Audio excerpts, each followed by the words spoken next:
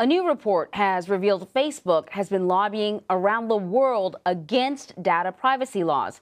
According to The Guardian, the social network had been working with politicians to give incentives for less data privacy regulation that would impact Facebook. The documents reveal that Facebook even threatened to take investments out of countries that passed laws that would affect the site.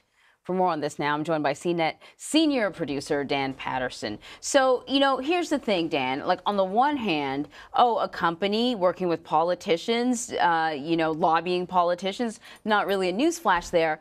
But Facebook, like a number of other tech companies, have, testified in front of lawmakers around the world. And many of them have said, I think a little regulation's okay. We welcome regulation. Meanwhile, what we're learning is behind the scenes, they are actively pushing against that. Yeah, so you're exactly right, Anne-Marie. Publicly, Facebook, as well as many other technology companies, has said, hey, look, maybe we want more regulation. In fact, Mark Zuckerberg has welcomed more regulation. On the other hand, they've been playing hardball in ways that we would typically expect from lobbying organizations or groups that are lobbying. In this case, they tried to get the EU, the UK, governments in Asia and the United States to weaken GDPR-like regulations. So even if countries had planned consumer data privacy regulations, Facebook wanted to weaken those regulations or remove them entirely. So how do we know about this? It's thanks to a lawsuit by 643. It's an app developer. Not the first time this lawsuit has unearthed a treasure trove of insider information, sort of. But in these documents, what sort of information was revealed? Yeah, we've learned a lot from this particular lawsuit. Relative to this, we learned that in 2013, Sheryl Sandberg, again a Facebook executive who has welcomed regulation publicly, issued a statement and then reiterated that statement at the World Economic Forum in Davos, Switzerland, saying, well, data privacy regulation is going to have a very negative impact on our business.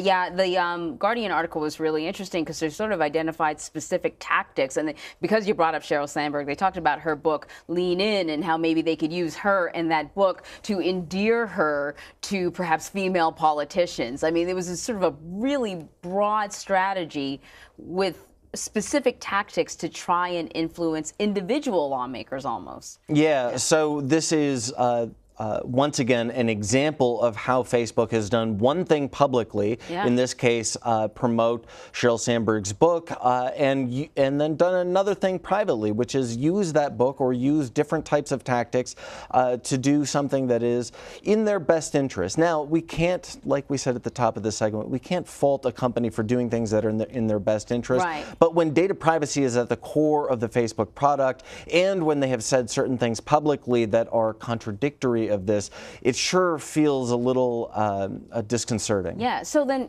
what does that mean for us here in the U.S. in terms of regulation? Well, we're still kind of figuring things out here in the United States, but it is an iterative process. We see the sweeping law that went into effect in California last year in 2018.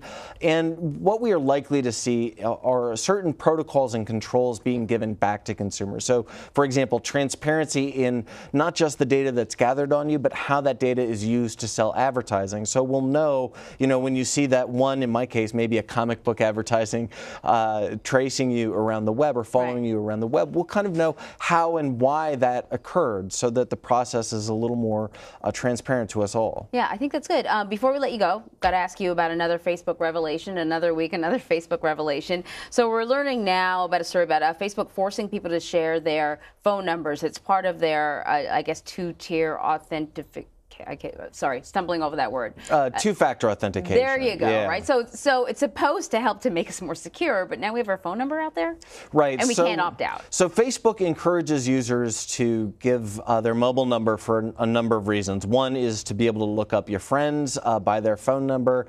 Another is to receive all kinds of alerts and notifications. But for two-factor authentication, the purpose is entirely different. When you give a company, any company, your phone number, it is for the explicit purpose of sending you an additional password or code. So if you get phished, right, if you get an email and you click on it and accidentally enter your username and password, it's kind of like a roadblock that says, oh, we have to identify or authenticate that you are who you say you are in multiple ways, not just one password, but two passwords. Sounds good. Right? Sounds good. But when you give your company your phone number for authentication purposes, it is not for marketing and advertising purposes. Facebook felt very differently and used a secure phone number to once again be able to target you with advertisements. Dan, I feel like every week we're learning something new about Facebook. And I think you're so right that, so much of this has to do with transparency. People are still probably going to use Facebook, but they just want to know, what are you doing with our information? It's really something. Dan, thank you so much.